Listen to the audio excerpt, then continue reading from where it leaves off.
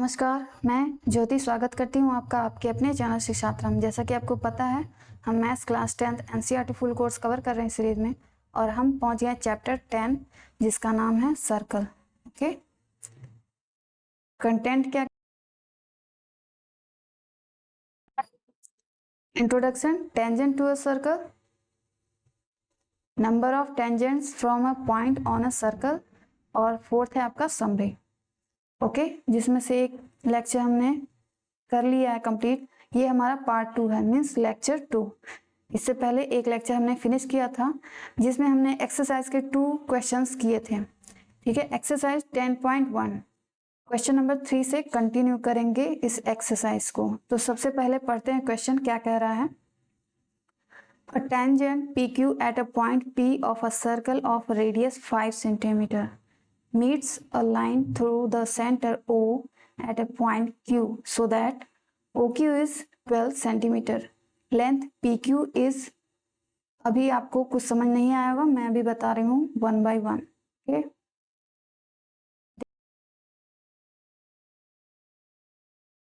फिर मैं समझाती हूँ उसको कैसे है। अ टेंजेंट PQ, टेंजेंट हमने पिछली क्लास में पढ़ा हुआ है। टेंजेंट क्या होता है? अगर ये सर्कल है तो टेंजेंट वो होता है जो इसके सरफेस से टच होके जाए, बिल्कुल ऐसे। अगर ये सर्कल है तो ये लाइन इसका टेंजेंट है। न उसको कट करना चाहिए न उससे दूर होना चाहिए, लाइन किसी एक पॉइंट पे टच करे। ठीक है, वही होता है टेंजेंट। तो PQ एक टेंजेंट है, हमने साफ साफ दिख रहा है ये PQ लाइन जो है इस सर्कल को टच करते हुए जा रही है, तो PQ एक टेंजेंट हो गया। ओके, अब क्या कह रहा है? Point P, okay, point P of the circle of radius 5 centimetre. अब किसी भी सर्कल का रेडियस कैसे हम फाइंड करते हैं? रेडियस मीन्स क्या, हमें 9th क्लास में पढ़ चुके हैं। किसी भी सर्कल का रेडियस होता है सेंटर से सर्कमफ्रेंस तक की डिस्टेंस को। ये डिस्टेंस हमारा कहलाता है क्या? रेडियस। ठीक है, तो देखिए रेडियस आपका दिया है 5 सेंटीमीटर, ये है आपका 5।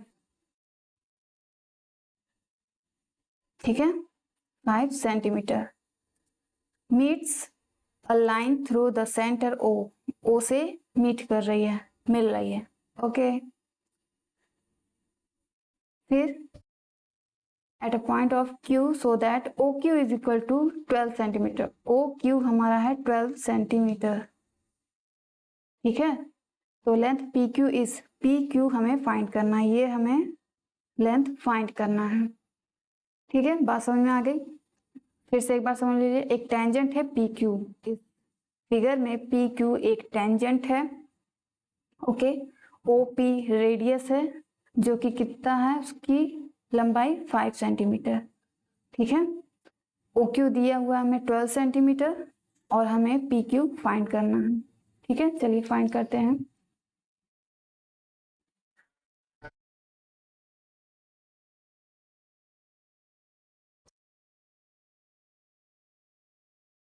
तो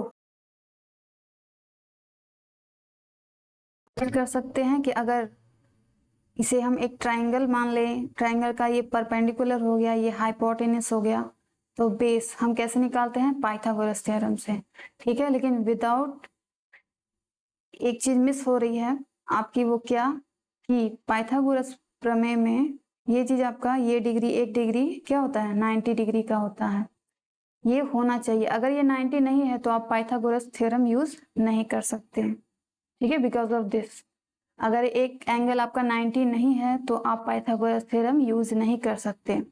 तो ये 90 होगा कि नहीं होगा, ये आपको जानना चाहिए कि अगर एक सर्कल है और ये हमारा सेंटर है, सेंटर से अगर एक परपेंडिकुलर ड्रॉ करते हैं किसी भी टेंजेंट पे, टेंजेंट क्या है यहाँ? टेंजेंट यहाँ है AB, टेंजेंट AB है और O से AB पर एक परपेंडिकुलर ड्रॉ कर रहे हैं, तो ये एंगल आपका 90 होगा, इधर वाला भी और इधर वाला भी। ये होता है, ये थ्योरम है। ठीक है, बाय थ्योरम हम कह रहे हैं, हम कोई भी चीज ऐसे नहीं कह सकते मैथ्स में। ठीक है, हर एक चीज के पीछे लॉजिक होता है, तो इसमें भी वो है। यहाँ ये 90 डिग्री है तो ही हम पाइथागोरस थ्योरम यूज करेंगे। तो चलिए अब सॉल्यूशन करते हैं। अब आपको बिल्कुल समझ में आ गया होगा कि क्या करना है। ठीक है। Angle O P Q is equal to O P Q हमारा क्या होगा 90 डिग्री। ये लिखना बहुत जरूरी है, विदाउट इसके नहीं होगा, ठीक है। और क्यों 90 है इसका रीजन भी आपको लिखना पड़ेगा, because radius perpendicular to tangent at point of contact, point of contact, ठीक है। ये रीजन है कि क्यों 90 डिग्री है, क्योंकि पॉइंट ऑफ कांटेक्ट, इसमें पॉइंट ऑफ कांटेक्ट क्या है, पॉइंट पी जो है पॉइंट ऑफ कांटेक्ट है। ये पॉइंट ऑफ कांटेक्ट क्या होता है, टेंजेंट क्या होता है, अगर डिटेल में जानना है तो प्रीवियस वाले क्लास को मिस मत कीजिए। अगर आप स्किप करके पढ़ेंगे तो आपको समझ नहीं आएगा, क्योंकि सारी बेसिक चीजें मैंने उसी क्लास में कवर की हुई है। ओके, नाउ अप्लाइंग पाइथागोरस प्रमेय by using Pythagoras theorem,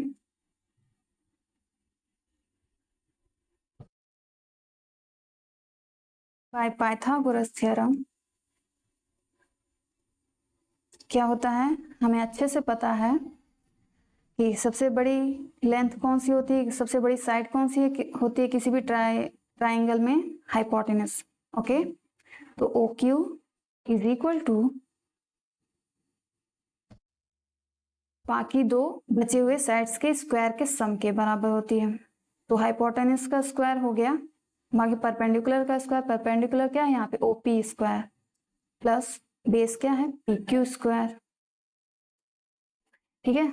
O Q क्या हमें पता है, ओ क्यू यस 12 सेंटीमीटर, 12 का स्क्वायर कर देंगे। ओपी, ओपी कितना दिया है 5, 5 का square plus P Q, P Q नहीं पता हमें, यही फाइंड करना है।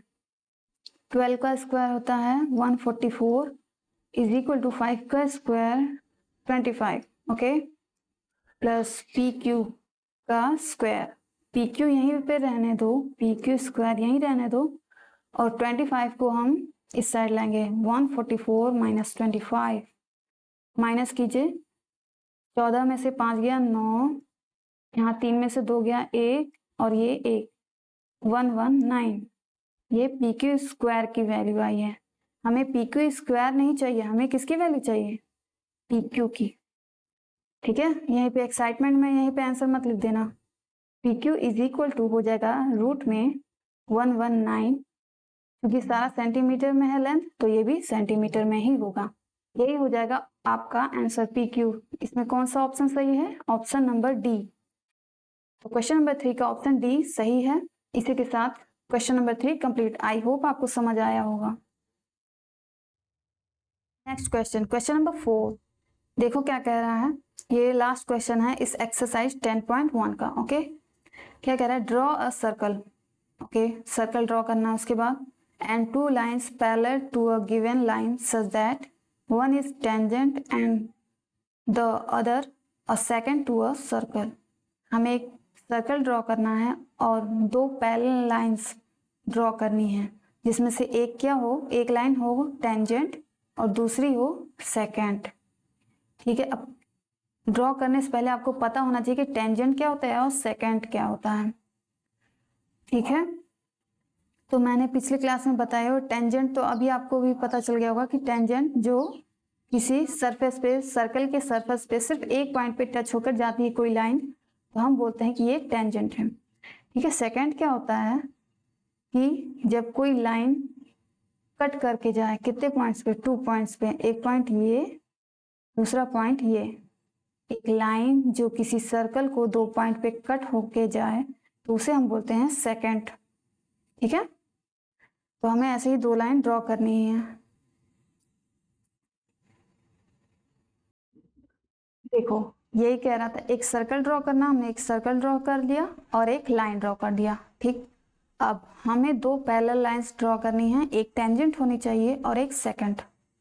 चलो टेंजेंट ड्रॉ करते हैं।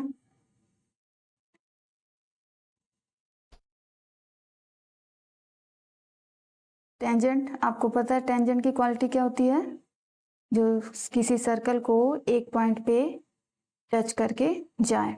ठीक है, ये हो गया हमारा टेंजेंट। अब एक लाइन सेकंड के लिए,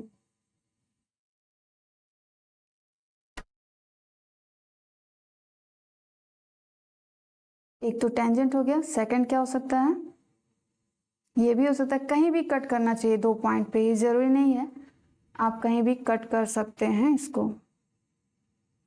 तो इस 2 लाइंस में हम बोल सकते हैं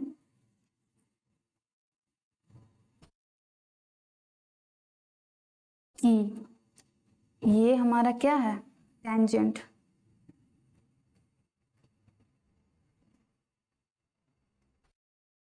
तो कुछ नाम देना हो तो आप दे सकते हो, ए बी, मैं यहां लिख भी दे रही हूं अलग से, A B is equal to tangent.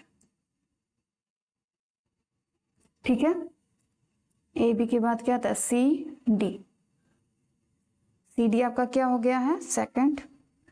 ठीक है, इस लाइन को हम क्या बोलेंगे, सेकंड।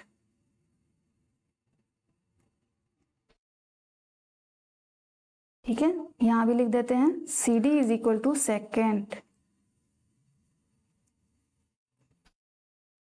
बस कहा था आपसे, और कुछ भी सॉल्व करने की जरूरत नहीं है। ठीक है, ये लाइन हमारी गिवन लाइन है, सपोज एक्स वाई मान लो इसको, X Y is equal to given line, और एक सर्कल भी है, सर्कल, ये वाला सर्कल। ठीक है, तो समझ में आ गया, एक सर्कल था ये, और ये एक गिवन लाइन था, 2 चीज हमें गिवन थी। उसके बाद हमें 2 पैरेलल लाइंस ड्रॉ करनी थी। आप ऐसे नहीं कर सकते कि ये सर्कल है, ये टेंजेंट हो गया, सेकंड को ऐसे क्रॉस कर दें, नहीं, तो ये आपका गलत हो जाएगा। ये दोनों लाइंस क्या होनी चाहिए, एक दूसरे के पैरेलल होनी चाहिए थी। ठीक है, समांतर, एक दूसरे को कट नहीं करेगी। ए बी कभी भी सी डी को कट नहीं करेगा, क्योंकि दोनों क्या है, पैरेलल लाइंस हैं, दोनों समांतर रेखाएं हैं। ठीक है, ये कंडीशन आपकी दी हुई थी, यहाँ पे देखो, पैरेलल होने चाहिए A B parallel to C D. Okay, बस यही ड्रॉ करना था आपको, अदरवाइज कुछ नहीं करना। तो ये हो गया लास्ट क्वेश्चन। अब मैं सोचती हूँ एक्सरसाइज के बाद यहीं इस क्लास को स्टॉप करती हूँ, अगले क्लास से हम कंटिन्यू करेंगे next concept and next exercise. Summary of the class. Today we have done question number 3 and 4 of exercise कौन सा था, 10.1। इसी के साथ एक्सरसाइज 10.1 कंप्लीट होता है। इसमें टोटल क्वेश्चन 4 ही थे, तो 4 कंप्लीट हो चुका है। अगले क्लास से हम लोग एक्सरसाइज 10.2 स्टार्ट करेंगे with concept. Till then, take care and thanks for watching.